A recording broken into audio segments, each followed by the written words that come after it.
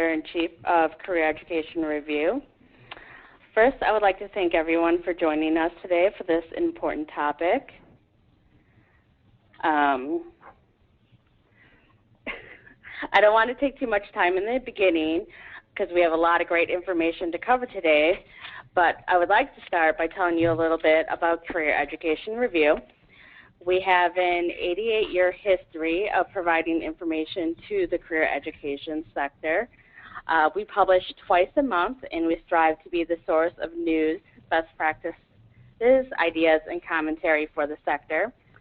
We cover a wide range of topics, including school operations, student retention, public policy, compliance, and curriculum development. When I first took the position in February, one of my goals for CDR was to make it accessible to a broader audience. So when Peter approached us with the idea of doing the webinar, we were thrilled to be able to provide that to a broader audience. And it gave us an opportunity to add additional benefits to our subscribers.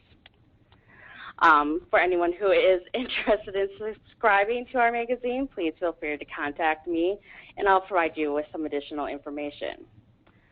Now, before we start, I just want to answer some questions in advance. We will be recording the webinar, and it will be available on both our websites along with the PDF of the webinar. Additionally, for our CER subscribers, Peter and Steve will be writing an article focused on gainful employment that we will publish in the next issue of Career Education Review. We'd like to highlight some of the questions that will be coming in from our audiences in that article. If you do have any technical issues during the webinar, please feel free to send me a message through the chat function, which should be on the right side screen in your little dashboard. Also, we will save some time at the end for questions. So if you do have questions, feel free to submit them throughout the webinar, and we'll leave about 15 minutes at the end for any questions. Now, I want to thank Peter and his team for continuing to support Career Education Review, and I'll go ahead and hand it over to Peter now. Thank you, Jenny. Good afternoon. This is Peter Leyton, and with me also on this webinar is Steve Chema from our office. We are very excited to be doing this webinar and the series of webinars that are planned over the next several months with CER, and look forward to being able to present to other timely topics with you. And I think Jenny may go over some of those topics later. This session is focused on the proposed gainful employment regulation. And before I move any further, let me just note that the views expressed on this webinar are those of Steve and I only. The contents of this presentation do not constitute legal or regulatory advice at all. So the gainful employment rulemaking process is still ongoing. There were 3 sessions, negotiated rulemaking sessions held last year, September, November, and December, and no one's surprised, I don't think, the negotiators were not able to reach consensus. The department published this regulation on March 25th in the Federal Register, and there is a 60-day comment period which is running as we speak and until the end of, or till May 27th of this year. And certainly we encourage everyone to submit comments with respect to the regulation. The department's objective is to publish a final regulation by November 1st in order for that to become effective July 1st, 2015. If you are going to submit comments, again, the deadline is May 27th. This slide and the next one provide some basic information that needs to be included, such as the docket number, and we have the contact information on this slide. And as Jenny mentioned, the PowerPoint will be on both websites. You may be asking yourself, thanks, Peter. You may be asking yourself, as I have, what is it exactly that the Department of Education is trying to achieve with Gainful Employment II? According to them in their preamble, there are 4 growing concerns that they recognize that they want to address. Firstly, that there are some programs out there that they believe are not training students sufficiently in skills needed to get a job or keep a job in the occupation for which the program is supposed to prepare them. Secondly, the department believes that there are programs out there that, while they may be providing some training, they're in occupations that don't pay enough to these graduates who get jobs to service the loans that they take out, or stated differently, that these programs are just too expensive.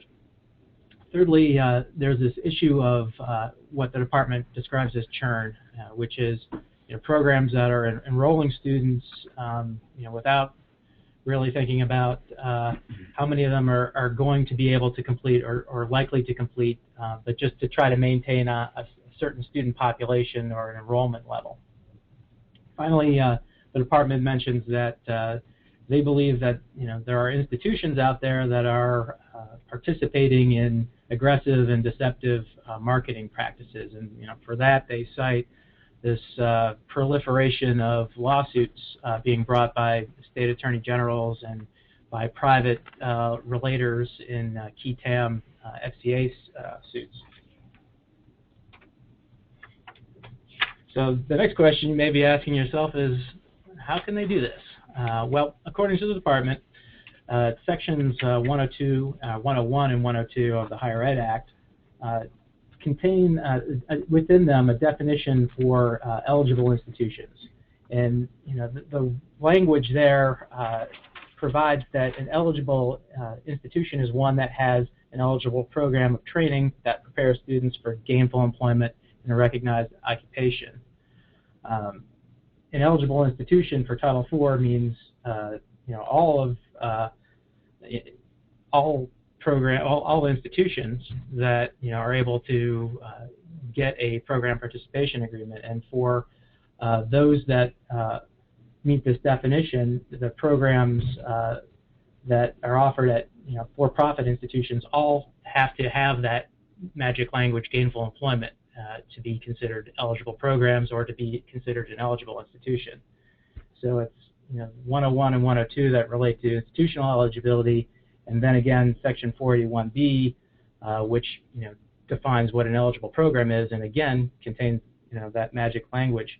What the Higher Education Act doesn't really do is define what gainful employment is supposed to mean, and the department cites frequently in the preamble to the Abscu versus Duncan decision to support its belief that the Congress's conscious decision was to create that term but not define it and leave it for the Department of Ed to define it. So because there's this ambiguity, the department is now, with this regulation, stepping in to fill that gap. So the proposed regulation is organized around a framework, a two-pronged framework. There's an accountability element which is intended to define what gainful employment means. So according to the department, to allow students to be able to understand what they are, what the benefits of the program will be, which falls into the second prong of transparency. Accountability has several components to it. The regulation would create a new certification requirement to your program participation agreement. I'm sure you all remember that when you sign that program participation agreement at the end, there are several certifications right now. And this would be added to that. And what is going to be or would be required under the proposed regulation is a certification by the institution's most senior executive officer as to each program, each gainful employment program which the institution offers. And the certification will require that you state that the program is accredited or appropriately included within your institutional accreditation, and if required by a federal or state agency, that it has programmatic accreditation, and that it meets state requirements for licensing or certification or for purposes of taking examinations. And that is as to the state in which you are physically located, as well as in any state within your metropolitan statistical area. So, for example, in this area, Washington, D.C., if you are an institution located in D.C., you would also have to ensure that you meet the requirements in Maryland and Virginia for the applicable program.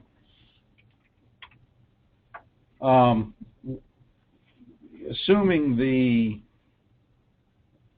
proposed regulation becomes effective July 1st of 2015, the department and that the institution is not scheduled for recertification within the 6-month period after that, ending December 31, it would provide for a transitional certification. If you're going through recertification process, then you would deal with this in the context of your normal recertification process. There's also required updates to the list of eligible programs, including the name, credential level, or the addition of a new program. And a requirement to affirm that program satisfies applicable certification requirements. As Peter mentioned, there are two prongs essentially to this proposed regulation. We're going to probably take a look at the accountability framework. We're going to give this a little bit more emphasis, I think, with the time that we have. And that accountability framework has itself two facets. First is a debt-to-earnings rates measure, which, conceptually at least, is a holdover from the 2011 final rule, what I'll sometimes refer to, I think, as Gainful Employment I. It is different, but what they essentially kept was this concept that they want to establish a debt-to-earnings rate measure that will take into account the amount of debt students are incurring while completing a gainful employment program, and comparing that to two different income measures. One that's based on discretionary income, and the other based on annual earnings after they've completed the program. And you'll see, you might remember rather, that was exactly the same two debt to earnings metrics that they used before. They're going to implement them a little differently, but as a concept, that really hasn't changed. The second part of the accountability framework is new. Prior to, in the prior Gainful Employment I, we had something called a repayment rate. That has been not brought back. It was part of what was vacated in the litigation that really led to led the department to go back to the drawing board. What they've done to replace it is to create this program-specific cohort default rate, which of course does pretty much what an institutional default rate will do in terms of it looks at what the default performance is of students in a particular cohort. What's different is that cohort, in this case, is going to be made of former students who are enrolled in just that gainful employment program, and it's regardless of whether they're actually completers or not. All they had to do was enroll. Debt to earnings measures deal with completers. The purpose of this is, according to the department, is that they want to, identify or isolate these gainful employment programs that are able to pass the debt to earnings income, but still have high incidence of student default. And I think really the reason that they're interested in doing that is this that concept of churn that I was speaking about just a few minutes ago. I think this is their attempt to try to address that issue. The other thing about the accountability framework is that in this proposed regulation, a gainful employment program needs to satisfy both of these measures in order to remain eligible for Title IV funding. So in order to get a sense of how you can find out where you stand or understand how these rates are going to be calculated, there are a few key terms that I think we need to address. The first is, well, what is a gainful employment program? This, too, should seem familiar to anybody who remembers what the 2011 gainful employment regulation included, in that it's defined more or less the same way. A Title IV eligible educational program that's offered by a for-profit institution or certain non-degree programs offered by a not-for-profit institution or public institutions are gainful employment programs. They're going to be denominated as such by taking the 6-digit OPEID number of the institution and the 6-digit CIP code that is assigned by the institution to that program. And the SIP code is what corresponds to the academic field, and you may remember it also has some relationship ultimately to the occupations that career-based programs are preparing students for. What is a little different about the program definition in Gainful Employment II is that you must have at least 30 completers in the applicable cohort period that's being measured, and that there are in general two. One is called the 2-year cohort period, the other the 4-year cohort period, and I'll explain more about those in a second. Secondly, we wanted to talk about, or emphasize rather, this idea that completers are very important for debt to earnings metrics.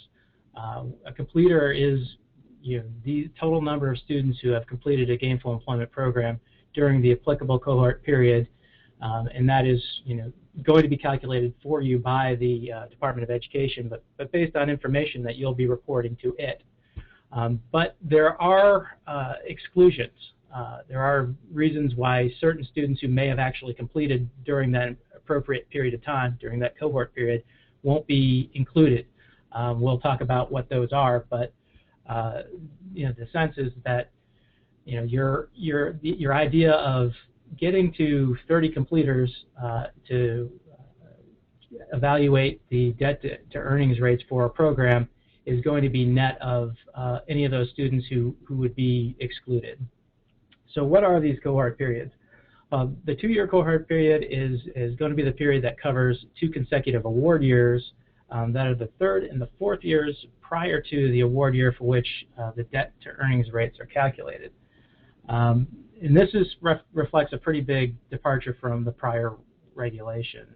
Previously, Gainful Employment I, the debt to earnings ratios were calculated on the basis of fiscal years, not award years. So that's a significant change. But just to illustrate what a 2-year cohort period would look like, if you take award year 2014-15, your 2-year cohort would be made up of students who completed in 2010-11, 2011-12, minus any of those that you're able to exclude from that cohort. The 4-year cohort period is just an expansion of the 2-year. It includes the 3rd, 4th, 5th, and 6th award years prior to the award year for which your debt to earnings rates are calculated. And if you've been following along on this slide as I've been talking, you'll see that we do have this parenthetical phrase, except for programs requiring medical or dental internship or residency. For those, it's a slightly different cohort period. Those are going to use the 7th, 8th, and 9th year prior to the award year that debt to earnings rates are calculated. I would just add that the 4-year cohort period is only going to come into play if you don't have 30 completers in the 2-year cohort, and then the department expands it out to try and get to that 30. This slide and the next one seek to give you some of the heart of the metrics in one place. There's a lot of information on it, so I'll try and walk through this a bit.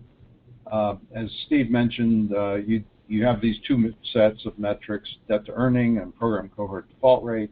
You have to satisfy both in order to remain eligible. In the second column, we have the debt to earnings information, both for annual and discretionary debt to earnings.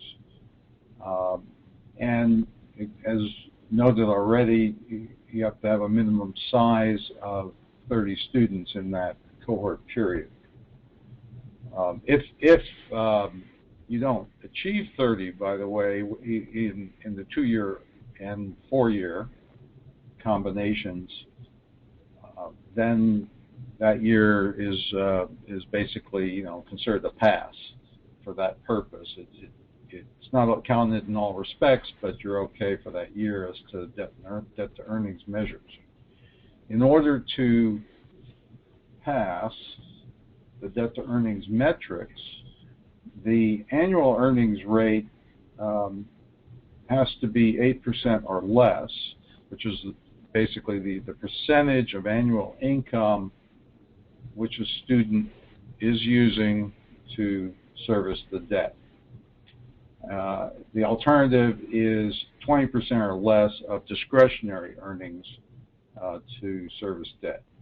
And we'll get into more detail as to the definitions of both of those. If the program is not passing either one of those metrics, and it is between 8 and 12% on the annual earnings, or between 20 and 30% on the discretionary earnings rate, it would then fall into a category, a new category that they have created with this proposed regulation called the zone.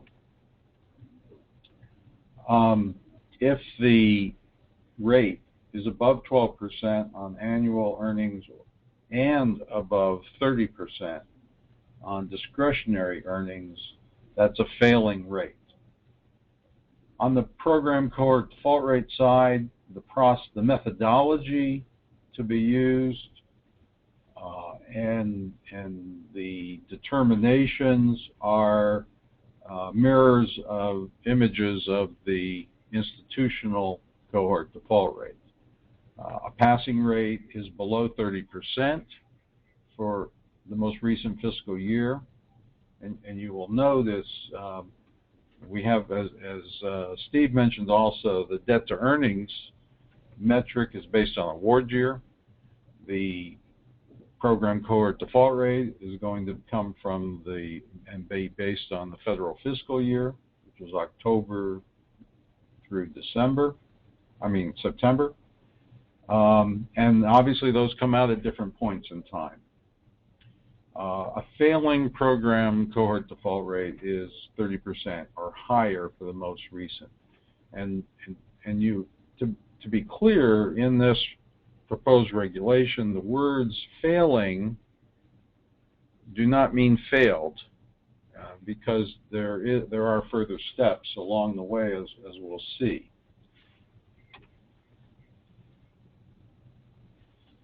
And that really comes into play right here in terms of ineligibility. Now, you have to meet the metrics of both program and debt to earnings in order to remain eligible, which means also that if you fail, not failing, but if you fail one or the other, then you will lose program eligibility.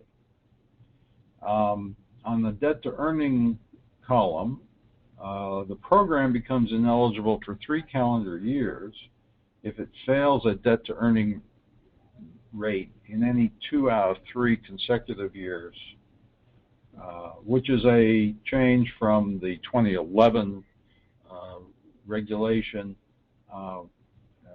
which was 3 out of 4 years. Or if it is in the zone for 4 consecutive years.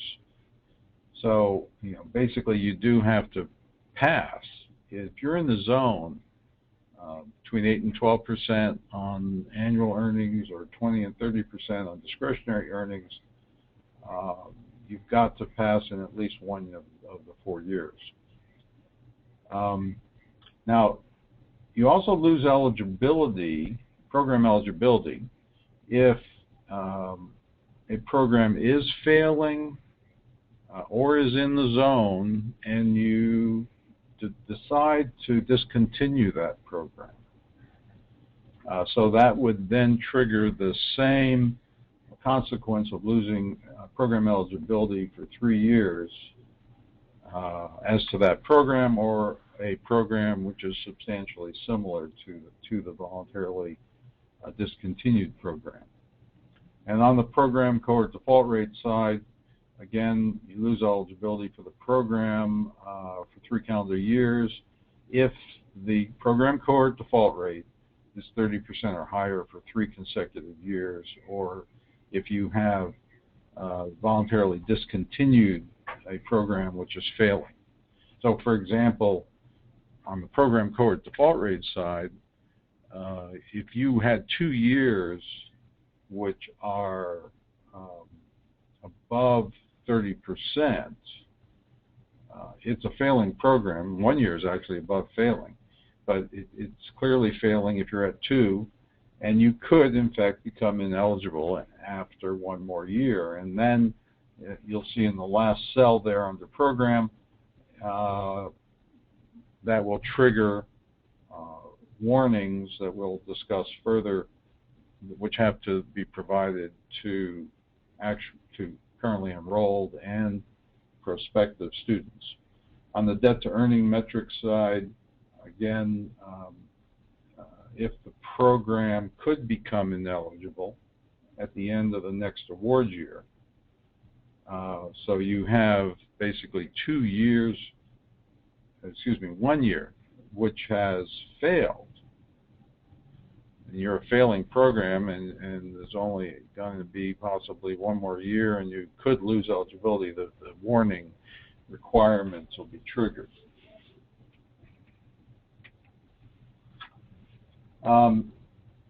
There are a substantial number of reporting and disclosure requirements in the proposed regulation. We aren't really going to get into the details of that. It could probably be a separate webinar by itself. This first point is really to highlight the fact that, as noted previously, the expectation is that the department will try and publish a final reg by November 1st, effective July 1st. And assuming that takes place, the institutions will have until the end of July 2015 to provide data as set forth there for the 2nd through the 7th award years prior to the date for each student enrolled in a Gainful Employment program. And that information becomes relevant on a going forward basis for the department. we've set out requirements of data that needs to be on the Gainful Employment Disclosure template, which I'm sure all of you have.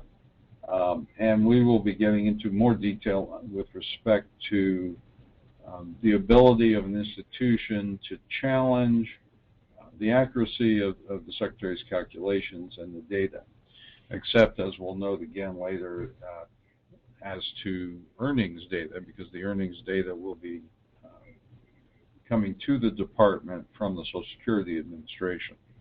And it certainly is not surprising, I think, but the burden of proof is always on the institution.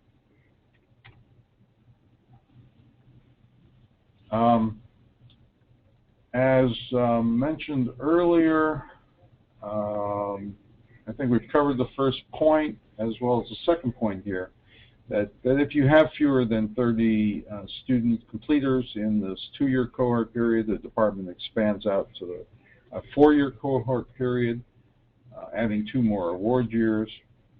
And if you cannot obtain 30 completers in a 4-year period, then the debt-to-earning metric will not be calculated. Likewise, if Social Security Administration does not provide the department with the mean and median earnings for the program, then that metric will not be calculated. We think it's important to note here that being unable to calculate the rate in 1 year doesn't mean that the metric is really satisfied. For example, if a program failed in year 1, received no rate in year 2, passed in year 3, and failed again in year 4, it would be deemed ineligible in year 4 at the end of year 4 because it failed the metric in 2 out of 3 consecutive years. The year with no rate is simply disregarded. As noted earlier, there are some, not many, student exclusions from the debt-to-earnings metric rate calculations. One is if the student is in a military-related deferment during the calendar year for which earnings information is obtained. A second is if the student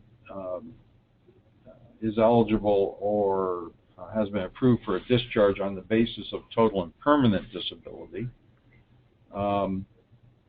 If the student is enrolled in any other eligible program at the institution or at another institution during the calendar year for which the calculation or earnings information is obtained, that would be another exclusion. If the student has subsequently completed a higher credentialed undergraduate program at the same institution or for a post-baccalaureate and graduate GE program the student subsequently completed, that would become, excuse me, an exclusion as well. Lastly, if the student has died during that relevant year, then that would be another exclusion. Now we're going to turn to how it is that one can calculate a debt-to-earnings rate, or how the department will calculate them. And we'll start actually with the discretionary income rate, which based on the pretty limited data that's available, and one statement that the department made is something I'm starting to think of as the more difficult of these 2 debt-to-earnings ratios to pass. And I say that primarily because the department provided, and you can go to ed.gov and find this spreadsheet, but they provided a spreadsheet they call the 2012 Gainful Employment Information Rates. And just looking in a very non-scientific way through that, it seems that when schools have a program that fails debt to earnings, they're of course failing both, but when they pass, it's more likely that they've passed on the basis of the annual rate if they're not passing both of those metrics. And that's something that the department comments on in the preamble as well. They say that their analysis indicates that the substantial majority of GE programs that pass debt to earnings rates would pass the annual debt to earnings measure. So, the inference being that they might not all substantially pass discretionary. But what that rate essentially is expressed as this ratio or fraction of the annual loan payment divided by discretionary income.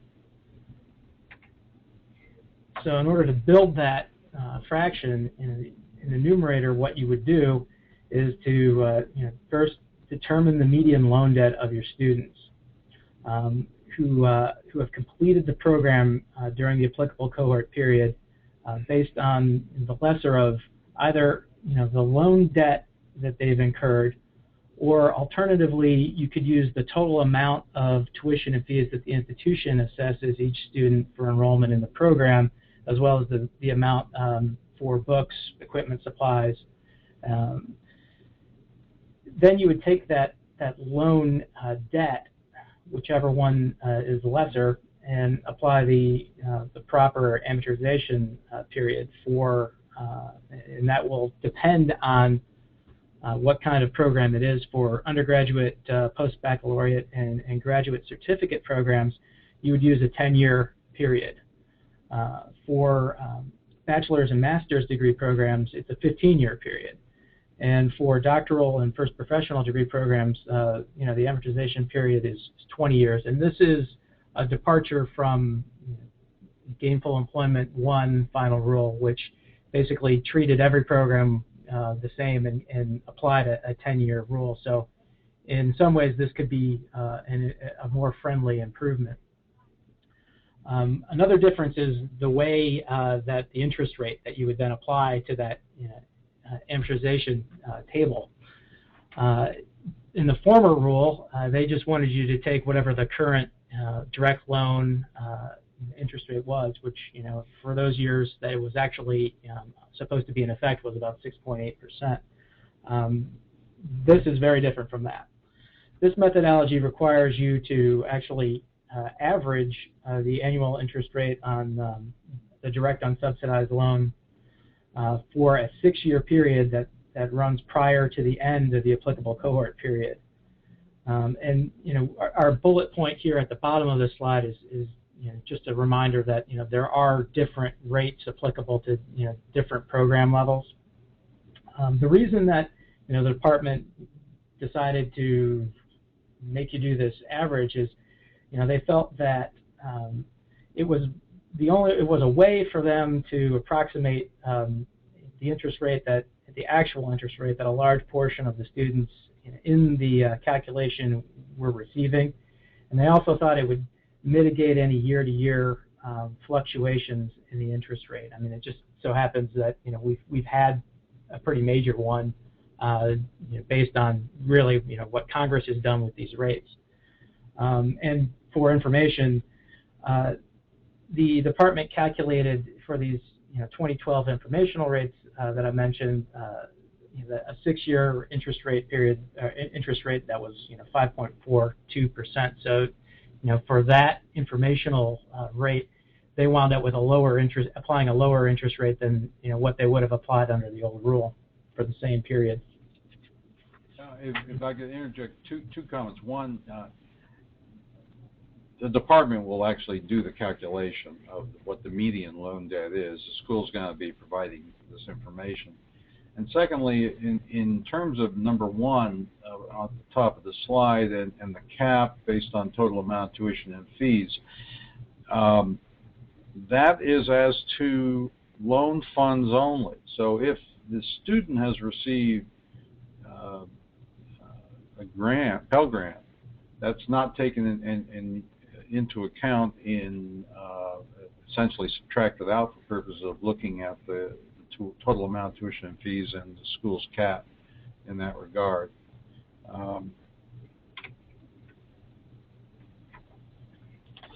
Exactly. I mean, it's unfortunate for that reason because those grant funds would tend to pump up the loan debt. If you could subtract them, obviously you could get a lower loan payment, and that would have a positive effect on the ratio. In order to get the loan debt portion of this calculation, you take the Title IV loan debt that the students incur for enrollment in the GE program that you're calculating the measure for, and that is something that the department has access to and will take from NSLDS. But it's not limited just to Title IV loan debt. This loan debt number is supposed to also take into account private educational loans, which includes any of your institutional lending, as well as institutional payment plans, even ones that don't fall into that private educational loan definition. However, there are a couple of exclusions. Plus loans to parents and direct unsubsidized loans that used to be teach grants, things that when sequestration happened and some of the budget changes that have occurred over the last couple of years caused students who had previously qualified for those grants to have to replace them with loans. That loan debt would not be included as part of this loan debt number that you're using, although Perkins loans would. Further, you'd be excluding any loan debt that the student may have for attendance in programs at other institutions. So it's really just the loan that the loan debt the student has incurred for your program. However, there's an exception to this, and that is the DOE or the secretary by delegation to the DOE has the discretion to include loan debt from other institutions if both institutions are under common ownership or control. And the third point is just exactly that point that Peter had mentioned previously. So I think we can move ahead.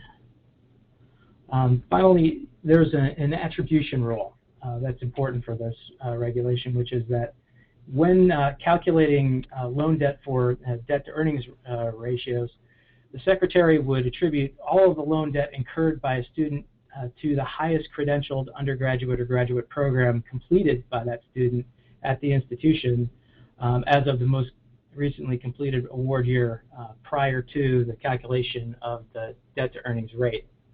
That's kind of a mouthful, but I think what it probably, the application of it is most commonly seen at schools where you may have laddered or stackable programs where a student may go in for a certificate program that may lead to a bachelor or associate degree program and then a bachelor's degree program. And in that example, if this was all done at the same institution, the loan debt that the student incurred for each one of those three programs would all be attributed to that bachelor's degree program.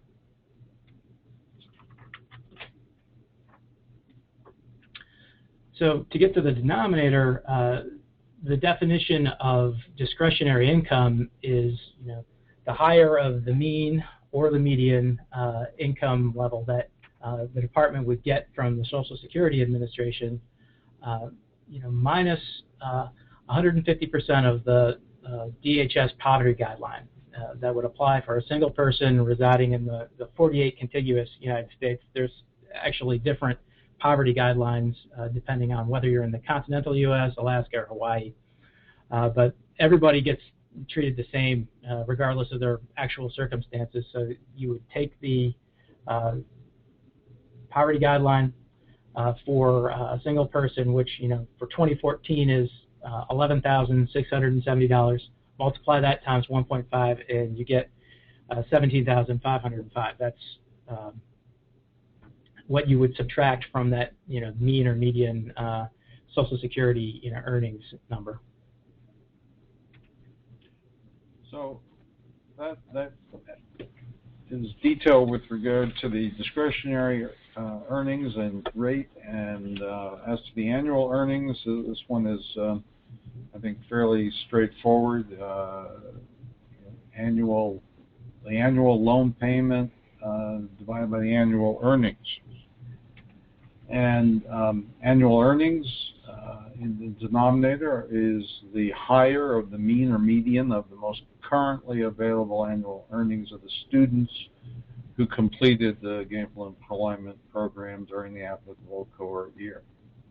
So the institution will be providing the department with that list of 30 completers from the third and fourth cohort period prior to the year being calculated. The department will ask Social Security Administration to go through that list and provide it with the mean or median earnings of the students in that list who received Title IV funds, who are not otherwise excludable. And earnings reported by employer, this is all from the earnings reported by employers to Social Security, as well as what self-employed individuals have reported. Now, Steve referred to this informational rate site that the department has, and we have the address on this slide. We've just taken 4 programs here, not identifying the institutions, obviously, and just to try and highlight a little bit how this might play out for some programs.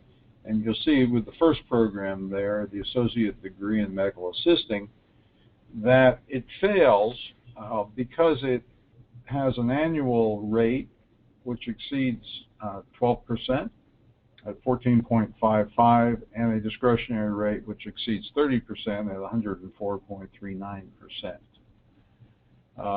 The second program, Certificate in Medical Assisting, would fall into the zone because the annual earnings rate metric is at 9.61%, which is between 8 and 12, even though the discretionary rate exceeds the failing rate of 30% at 100. The last 2 programs both pass. In the third case, the certificate program in pharmacy tech has a passing rate on the annual rate under 8%, and a failing rate on discretionary, but that still passes. You only need one of the 2.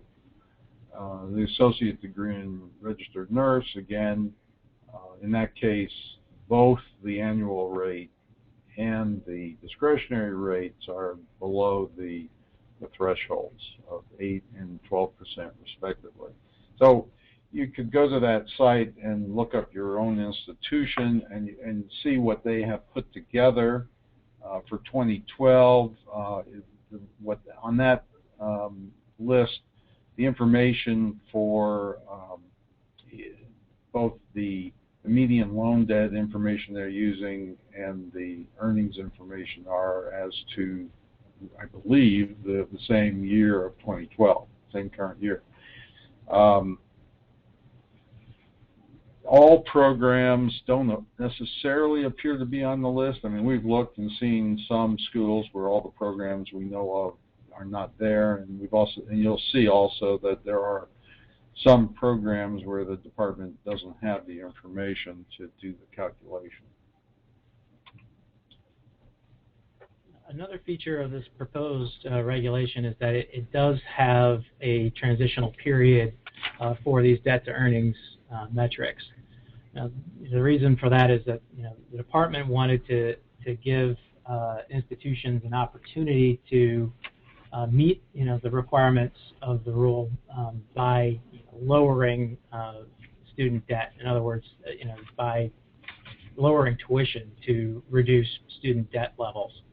And the way this would work is, for the first 4 award years that a debt to earnings rate is calculated, if your program or if you have a program that fails or is in the zone, the secretary or the department is going to go ahead and calculate another set of debt to earnings rates that, instead of using the median loan debt from the 2-year cohort or the 4-year cohort, if that's what was used, they're going to instead use median debt for students who completed the program in the most recently completed award year, prior to the year that's being calculated.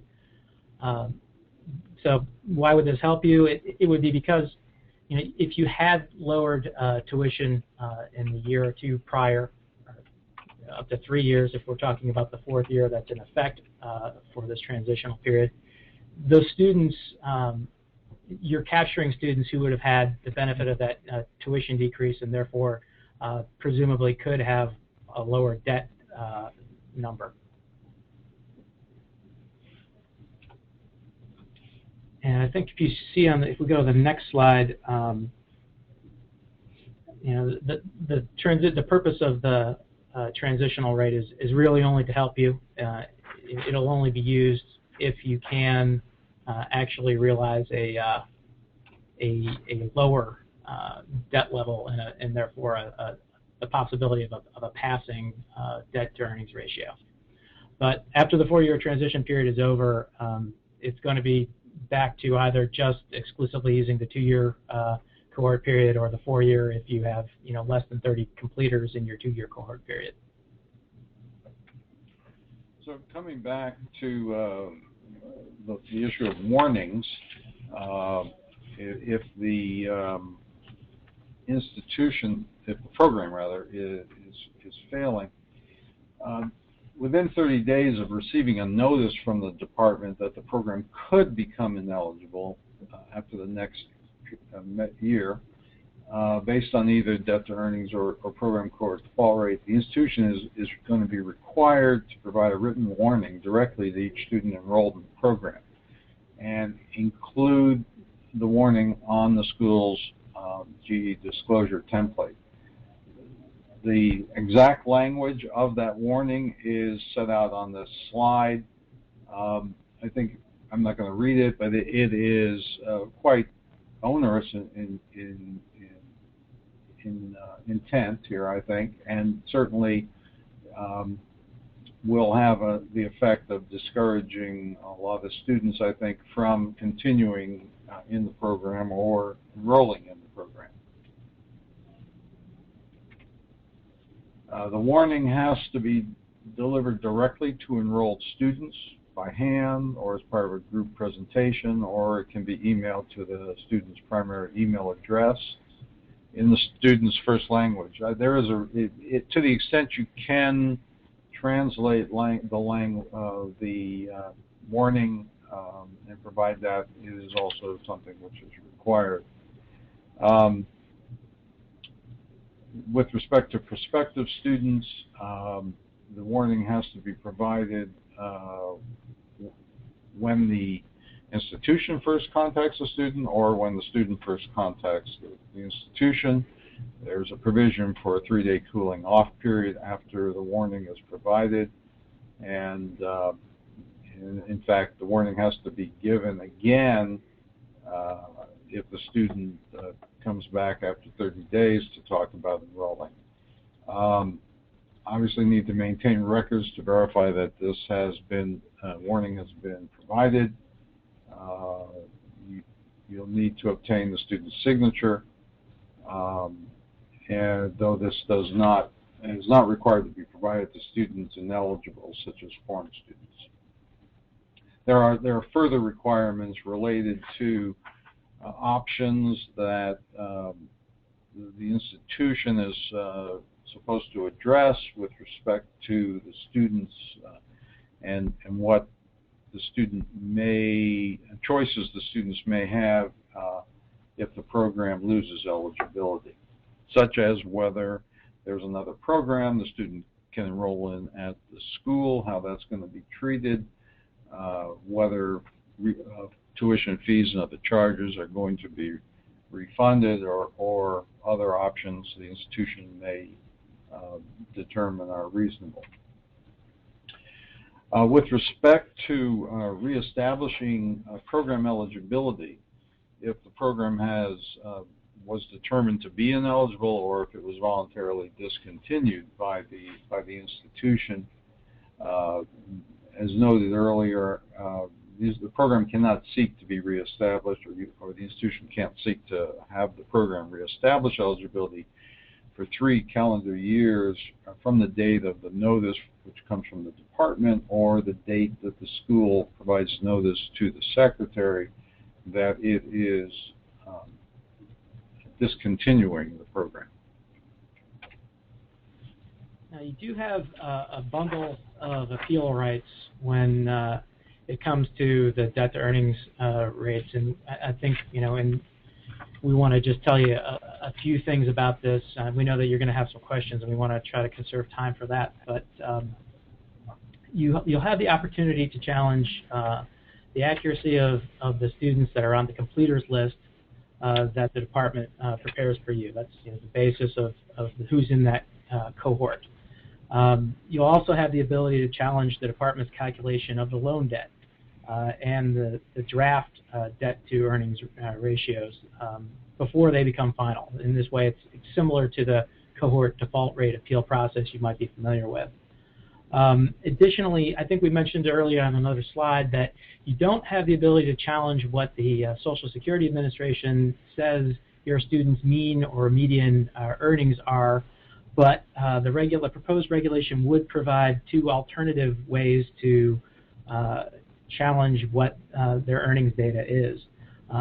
First, the proposed language says that NCES is going to develop standards for conducting salary surveys, and if institutions go out and get salary data and do it in a way that complies with NCES's methodology, which is yet to come, that could be an acceptable basis for challenging the earnings metric. In a way to try to make it easier for institutions to actually use this option, the proposed rule also promises that NCES is going to develop a template for such a survey that institutions can use. So theoretically that could reduce the cost and make it easier to go out and get surveys done of your students, completers. The other alternative is to try to use income data that might be stored somewhere in a state-sponsored data system. And like with the NCES, I don't believe that this one's totally full-baked. The problem is that at this point there doesn't appear to be a large number of state data systems that are ready to be used for this purpose. They were created to do other things like monitor federal workforce programs and keep track of utilization of state unemployment insurance. And so they need to be improved. And there are efforts going underway to do that in a number of states. So within some period of time we might be there, but it does not appear to me right now that there are a large number of states that have a database that would necessarily be helpful for this. But even if there are, there may be some issues related to whether or not institutions are actually going to be able to access that data. Federal and state privacy laws are going to control how that information can be distributed. And a third complicating factor is the states, as I said, created these databases for their own purposes, and particularly for things like state unemployment. They might be under-inclusive. I mean, not every company or small business in any state is going to have their employees in those databases. So for those reasons, these alternatives, while possibly good in theory, we're not sure about them at the moment. Finally, you'll have the ability to appeal based on mitigating circumstances, and what that really means is that if you're able to show that less than 50% of the completers that were in the cohort period actually received Title IV loans or non-Title IV loans, then the debt to earnings rate would be considered to be, I believe it'd be passing. Peter, am I right on that? Yeah. On a mitigating circumstances appeal? You're out of the calculation. Okay. And yeah, I think you would be passing.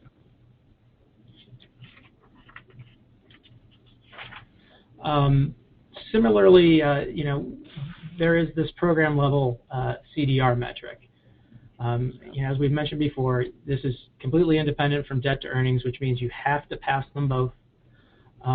But program CDR should be a little familiar to all of us because it does incorporate substantially the same procedures and methodology that you use to do an institutional CDR.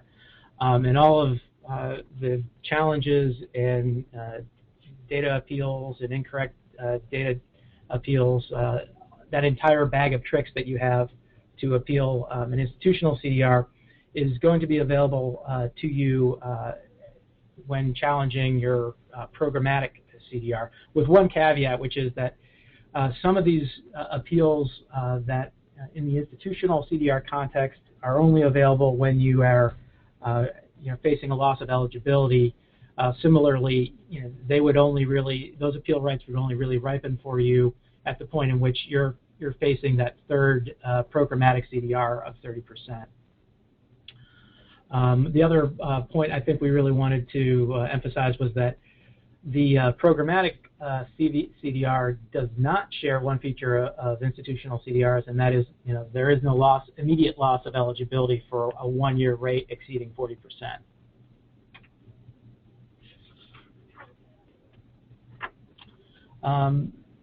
In terms of the gainful employment reporting and disclosures, I think all we really wanted to mention to you was that they're expanded based on what the 2011 Gainful Employment I regulation was. There's a slide earlier that had itemized what a lot of those disclosure and reporting items are. I'd refer you back to that. Just be aware that it's going to be more work than it was in the 2011 rule.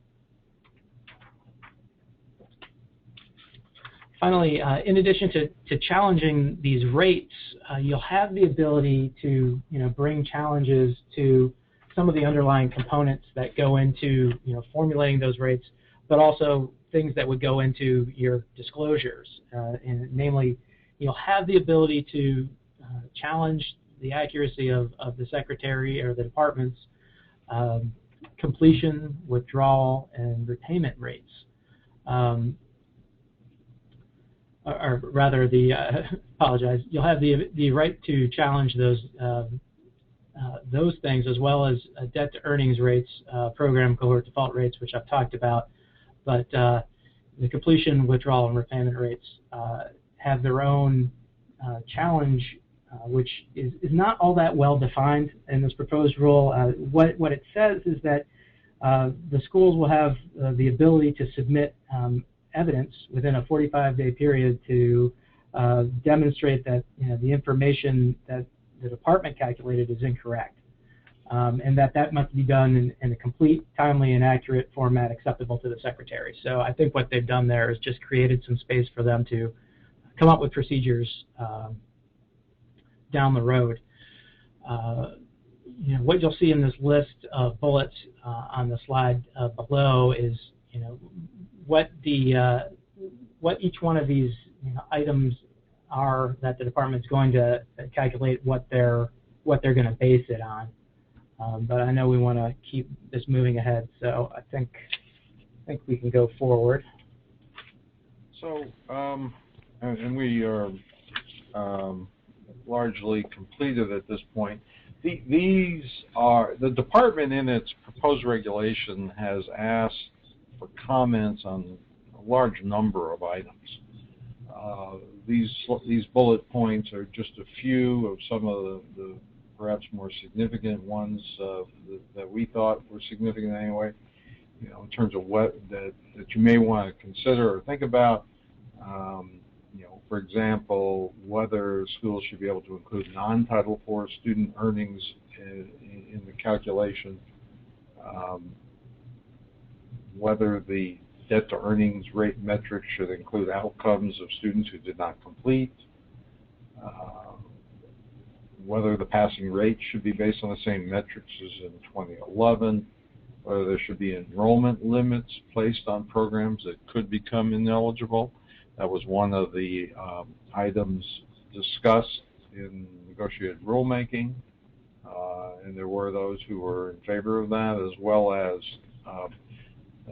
some who were in favor of establishing borrower relief provisions if the institution failed, whether there should be one amortization period instead of 3, and whether the zone should be retained as a category at all. APSCU, for example, I think, has suggested that the zone should not be retained, and believes that the failed program should have to fail both metrics if you're going to have the 2 metrics.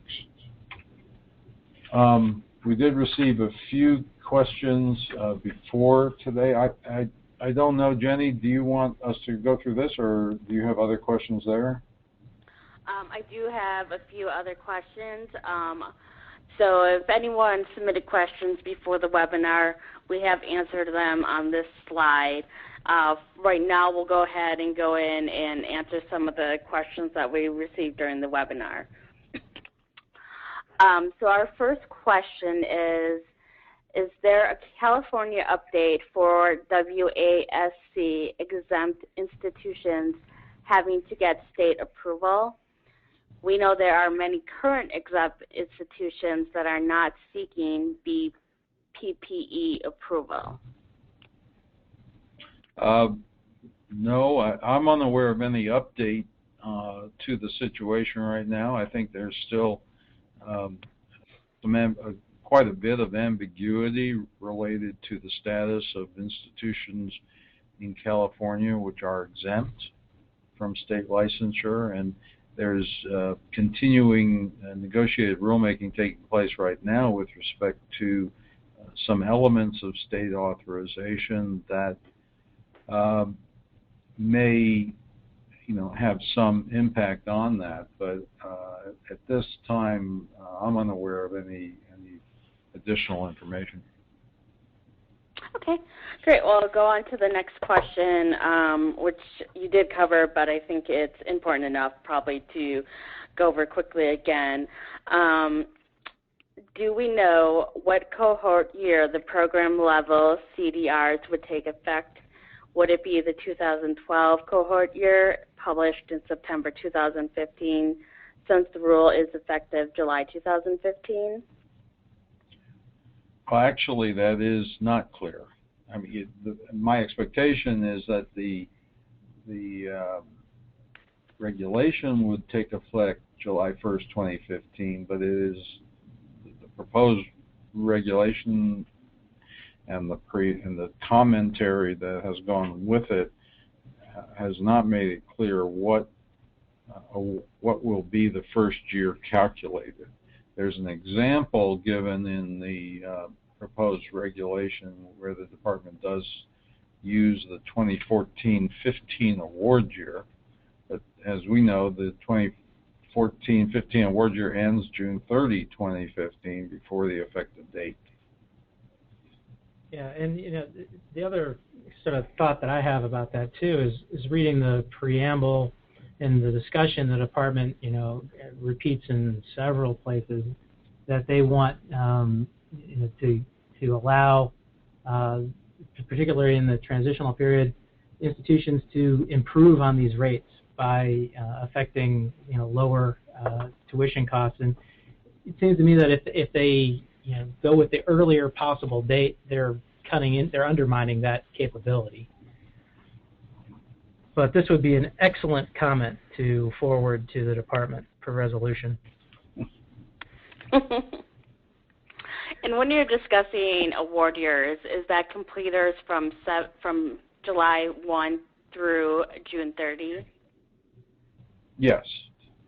Okay. Let's see. So we have another question. Would you reconfirm when the 4-year cohort rate is applicable? Steve, you want to do that? Sure. Yeah. The 4-year rate only is used when you first are looking at the composition of your 2-year cohort, and you subtract out all of those students who are excludable for the 5 reasons that you can exclude a student, and you wind up with a number lower than 30.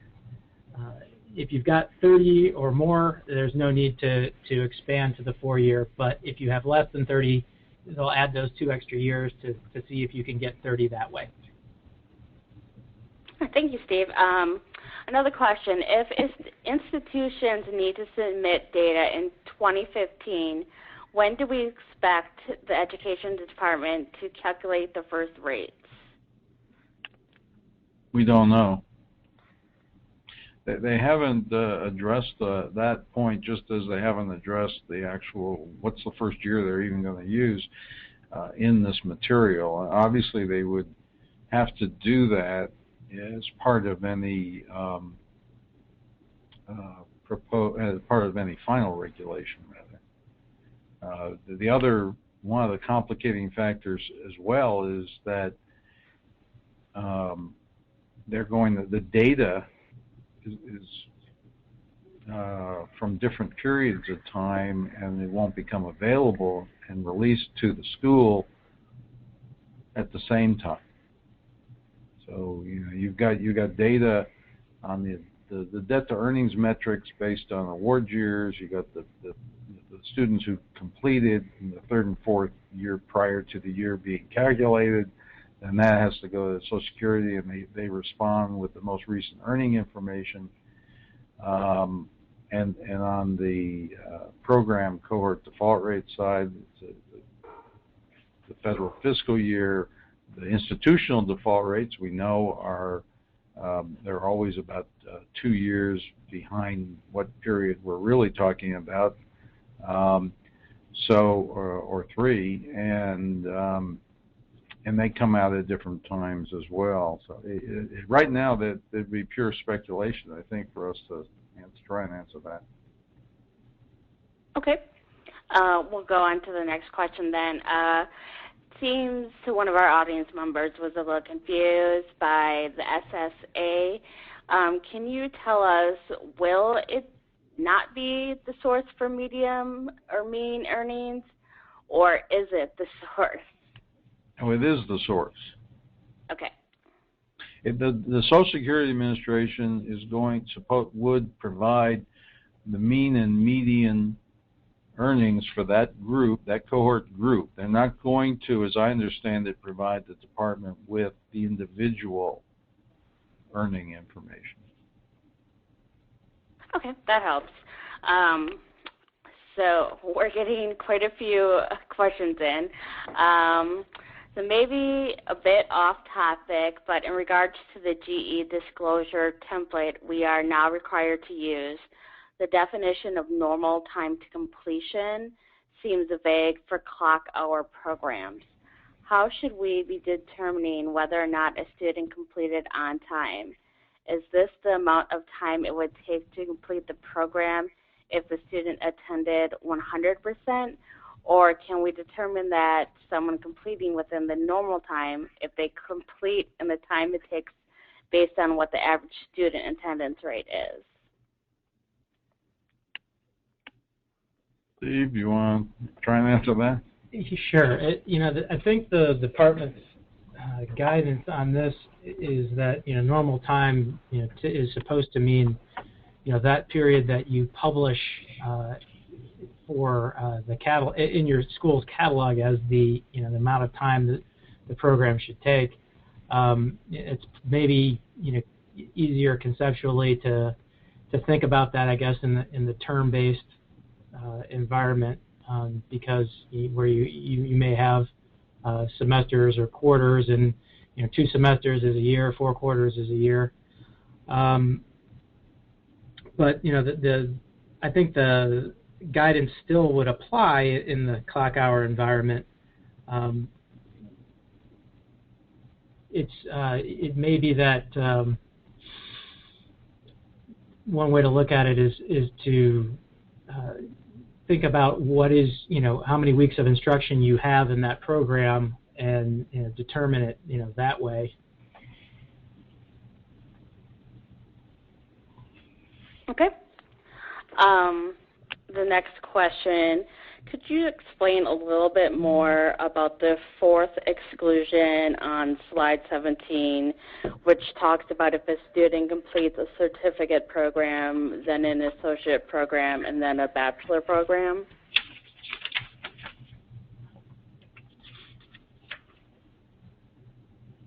Well, I think if that is all at the same institution, then the debt which the student incurred at the lower level programs will be rolled up, and it's all going to be attributed to the highest credential level at the school.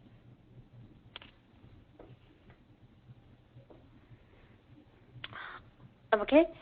Is a program defined as that which is listed on the ECAR, specifically a program that was modified from credit to clock hours with program end date listed for the credit hour program and then the new approval in clock hours? Does the end date end the program for GE, or would it be considered one because the CIP code did not change? Well, I think, backing out of that, it's you count as your GE programs those programs which are eligible and which have this combination of the 6 OPID, 6 digits of the OPID plus the 6 digits of the SIP code, and so there may be a lot of schools out there that have fewer gainful employment programs than they have programs listed on their ECAR. I mean, I'm seeing a lot of ECARs where a school might have a day and a night division for the same program and have both listed. But the OPID number and the SIP code are going to be identical, so those will be viewed as one program. Okay. If a student changes programs midway through, do we only count the debt incurred from the point they enter the new program or the total debt incurred? Well, I think that relates to this attribution point as well, and I think it would be the total debt incurred at that institution for the program. So it rolls. It rolls, whether it's up or sideways in that context, I think. Just to clarify, I mean, the student has to complete one of those programs for the debt to earning to come into play. So, my assumption with that question is that students started in one program, withdrew and went into another program at the institution, and completed that program. Okay. And are completers only considered to be those students that completed on time? Well, they haven't addressed that point to my knowledge. Steve, did you see anything about that? No, and I think the lack of any words of limitation to that effect causes me to think that it's literally anybody who just finishes within that award year, even if it took them, more than 150% of the program. Yeah, that was my assumption as well. Okay, then the question also goes, what about the students that were on leaves of absence?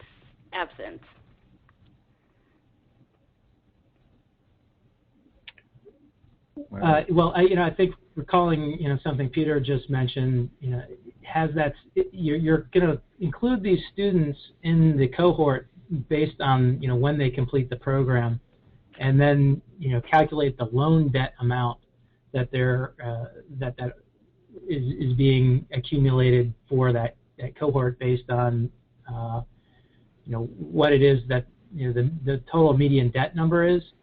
So you could have some students who, you might have at one point anticipated being in one 2-year cohort, moving, straddling and going into another one because it turns out they graduate later due to the leave of absence. And that student may or may not have more debt because of it, but you're taking median loan debt for the whole list of students in that cohort. So hopefully that smooths it out a little. But I don't think it seems to me in an isolated example that a leave of absence wouldn't have a very profound effect on a program's debt to earning rates. Although if there are a lot of them, maybe I'd think differently. Okay, thank you. And will IBR and other repayment plan options be factored into the ratios?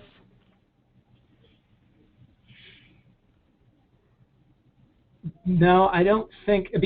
Where there's no repayment rate calculation, and what you've got is a debt to income, debt to earnings, ratio that calculates debt. It looks at what the loan debt is. So if a student's in income-based repayment, or even on in any sort of alternative payment plan, that kind of goes to what what their annual loan payment would be. But I don't think there's any way well, there probably are ways in NSLDS to track that. But I don't believe the department has proposed doing that. And so I think that even though students may be getting the actual benefit of lower payments, the way this proposed rule would work would disregard that reality and instead calculate that loan payment that they get, based on this fictional or this median loan debt, amortized times 10 across 10 years or 15 years or 20 years, depending on the program, and then multiple using that interest rate. So it's not. I don't think you necessarily would gain even if the actual students are paying less on their loans than the calculation makes it look like they are.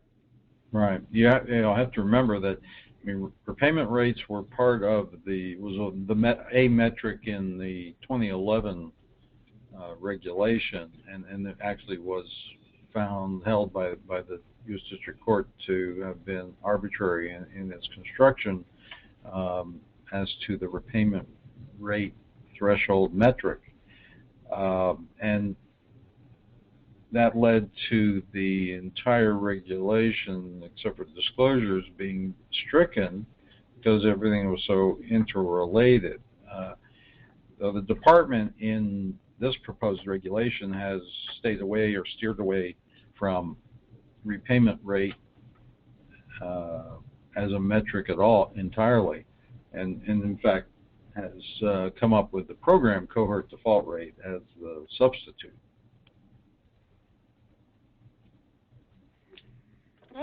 We just have a few more questions that we'll try to get through. Is the SS income directly linked to a specific career area, or is it whatever income the grad reports? The latter, what is reported. Could you go through a scenario for a program that went into the zone after 1 year, and when the institution would have to begin providing disclosure warnings to the students? Well, if you're in the zone, you can be in the zone no more than 4 years, and you have to pass. So if you've been in the zone for 3 years, you would have to give a warning. If you're in the zone and the debt to earning metric failed, or what's failing one of those years, remember you might be in the zone.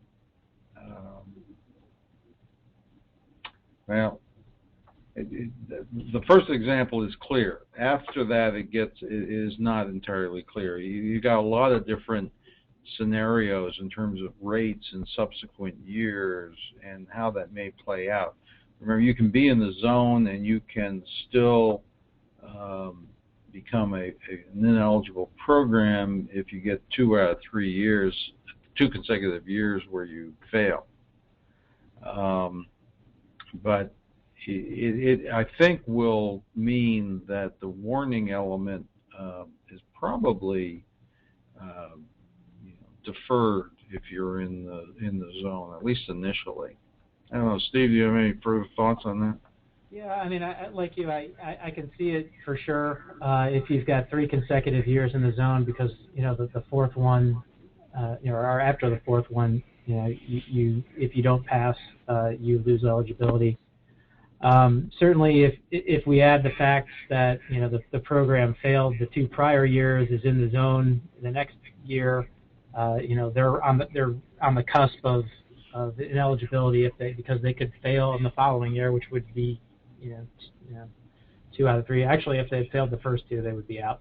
Yeah. But so the example I was trying to set up was if you have a zone year that is in the middle of 2 failing years, that following year could be another failing year, which would mean you are on the cusp of ineligibility. And whenever you are on the cusp of ineligibility, that's what triggers the warning. So the zone won't always save you from that. The zone you could be in the zone the year before you lose eligibility. So I guess that's really the only hard, fast pronouncement we could make. Yeah, it can be pretty. There are a lot of variations here. For example, you could not meet the zone requirements on the debt-to-earning metric, but you pass on the program. So in 1 year, so that doesn't put you in. To go in the zone that's only based on your debt-to-earning metrics. That wouldn't be passing with the program cohort default rate won't put you in the zone. And then the second year, you end up in the zone. Third year, if you failed, you wouldn't have 2 consecutive years though. So we haven't thought through a lot of examples on this, but I'm sure there are some more.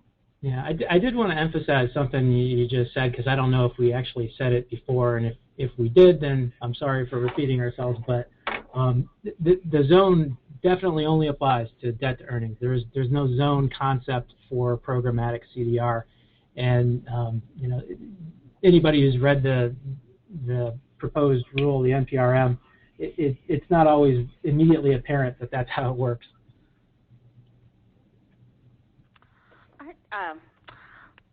So it looks like we have about 3 more questions. If a program changes the credential awarded as defined in 668.402, but has the same CIP code as a previously offered program, will the measurements of the discontinued program be used to measure the change or new program?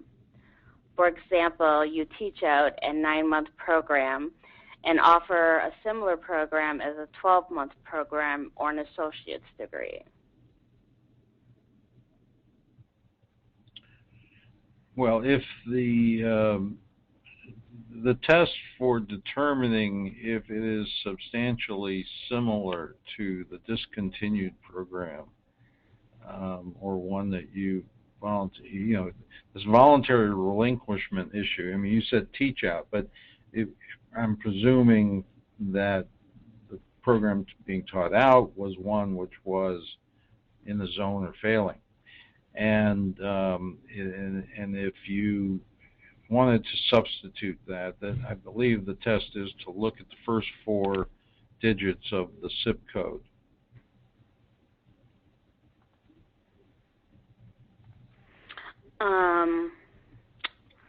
Okay, this is going back to the exclusion for certificates, associates, and bachelors. She asked, based on Peter's response, does that mean the borrower's completion of the lower level programs will be excluded and only completion and debt with the highest level credential will be included in any calculation.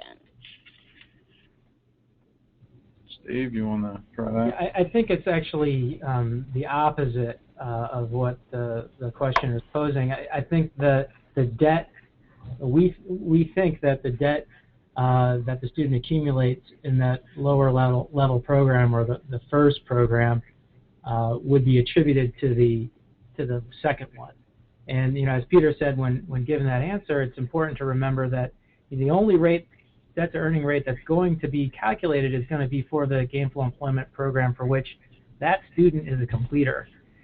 So if what they've done is attend in program A for 2 terms, transfer to program B, without having completed the program A, then program A doesn't get a calculation, but the debt for program A can be attributed to program B.